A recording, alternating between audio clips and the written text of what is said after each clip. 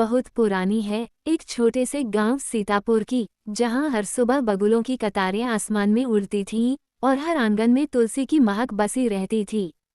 सूरज की हल्की किरणें खपरल की छत पर टपक रही थीं। छोटे से घर में एक बच्ची राधिका, बस 9 साल की, अपनी किताबें समेटते हुए चिल्लाई, बाबूजी, मेरी रिबन कहाँ है?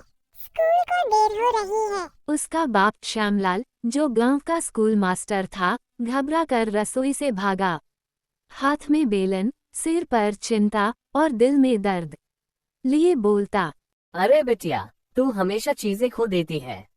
वो राधिका की चोटी बनाता, तवे पर पराठा डालता, बस्ता कंधे पर टांगता और मुस्कुराने की कोशिश करता। पर जब राधिका स्कूल चली जाती, वो अपने कमरे में जाकर एक पुरानी तस्वीर उठाता, अपनी पहली पत्नी की, और बोलता, रमा, देखो तुम्हारी बेटी अब बड़ी हो रही है, लेकिन उसकी माँ उसे बहुत याद आती है।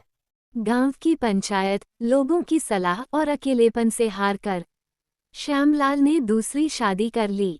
दुल्हन बनी सुनीता, सीधी सादी औरत, नीली साड़ी में लिपटी, आंखों में संकोच और दिल में डर। जब उसने पहली बार राधिका को देखा, राधिका ने उसकी ओर देखा भी नहीं। रात को सुनीता ने खाना बनाया, राधिका ने रोटी को हाथ भी न लगाया। सुनीता ने बालों में तेल लगाने की कोशिश की, राधिका भाग गई, पर सुनीता मुस्कुराए कर मन में सोचा, कोई बात नहीं, हर रिश्ता वक्त मांगता है। ठंडी रात थी, बिजली चली गई थी, चारों ओर सन्नाटा छाया था। राधिका की सांसें तेज होने लगी, वो बुखार से कांपने लगी। बेटा, बेटा, क्या हुआ? सुनीता चीख पड़ी। श्यामलाल गांव से बाहर थे। सुनीता ने फौरन गर्म पानी किया, गीली पट्टियां रखीं, ओढ़नी से लपेटा, खुद ठंड से कांपती रही लेकिन हिली नहीं। राधिका बड़बड़ा रही थी, माँ, माँ, मेरी माँ। सुनीता का दिल टूट गया। उसने राधिका को अपनी गोद में खींच लिया और बोली, बेटा, मैं तेरी माँ नहीं सही, लेकिन तुझे अपनी जान से भी ज्यादा चाहती हूँ। जब सुबह की पहली किरण राधिका की पलकों पर गिरी, उसने आंख खोली और देखा, एक औरत उसके पास बैठी थी, थकी हुई पर मुस्कुराती हुई, हाथ में गर्म सूप, आंखों में नींद और ममता से भरा चेहरा। राधिका ने पहली बार उसका हाथ पकड़कर कहा, माँ। सुनीता जैसे सुन्न हो गई। क्या कहा तूने? माँ, आप मेरी मम्मी जैसी लगती हो। सुनीता की आंखें भर आईं। उसने राधिका को सीने से लगा लिया और कहा, अब तू मेरी बेटी है, चाहे इस जन्म की हो या पिछले जन्म की। अब दोनों सुबह तुलसी में जल चढ़ाती। राधिका कहती, माँ, आज मेरे लिए चटपटा आलू बनाना। स्कूल जाते समय पूछती, माँ, मेरी छोटी केली तो नहीं लग रही। गांव में सब कहते, ऐसी सौतेली माँ कभी देखी नहीं, और ऐसी बेटी भी नहीं। श्यामलाल अब शाम को बैठकर भगवान का धन्यवाद करता था। हे राम, तूने मेरी बेटी को माँ दी और मेरी पत्नी को बेटी। समय बीतता गया। राधिका अब शहर में नस बन चुकी थी। जब भी उसकी माँ बीमार होती, वह तुरंत घर आ जाती, खुद सेवा करती, दवाई, चाय, गर्म पानी और बहुत सारा प्यार देती। एक दिन एक बुजुर्ग मरीज ने पूछा, बेटा, माँ ने बहुत अच्छे संस्कार दिए हैं। राधिका मुस्कुराई, हाँ दादी, सौतेली माँ ने, पर उन्होंने कभी मुझे सौतेली बेटी नहीं माना। कुछ साल बाद तुलसी के पास बैठी थी सुनीता, सफेद बाल, हाथों में कांपता कप। राधिका पास आई, माँ की गोद में सिर रख दिया और बोली, माँ, जब आप मेरी जिंदगी में आई थी, तो मैं डरी हुई थी, पर अब मैं जानती हूँ आप मेरी तकदीर हो। सुनीता ने राधिका की पीठ थपथपाई और कहा, माँ खून से नहीं, दिल से बनती है। कुछ दिन बाद गांव के उसी पुराने आंगन में हलचल थी। राधिका अब 24 साल की, सुंदर, पढ़ी लिखी और एक नस थी। आज उसकी शादी की तैयारियां चल रही थीं।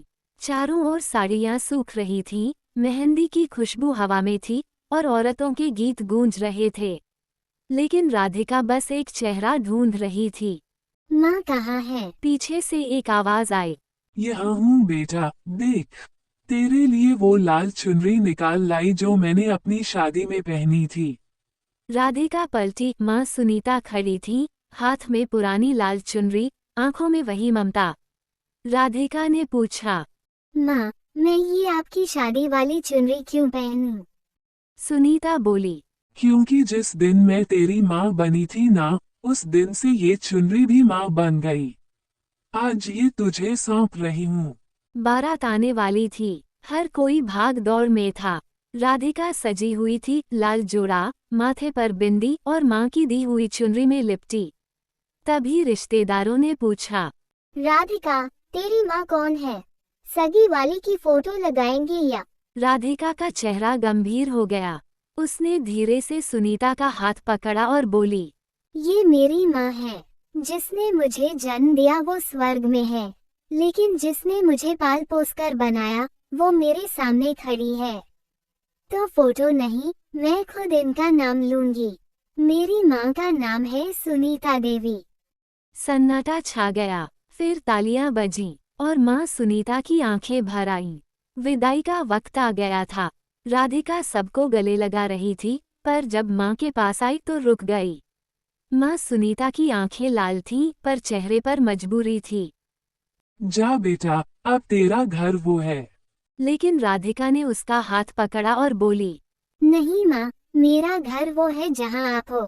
मैं कहीं भी जाऊँ, आपकी ममता मेरी चुनरी जैसी रहेगी सिर पर, हमेशा।